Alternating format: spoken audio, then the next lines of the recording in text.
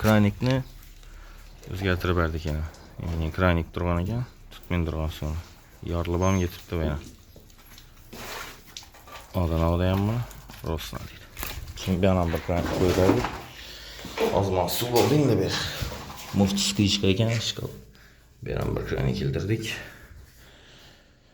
Tak, подписчикларga maslahatim, yaxshi kranik qo'yinglar. Iloji boricha qimmat olsam, kranikni ochib beklab turinglar. Oyda bir bo'lsam, maslahatim.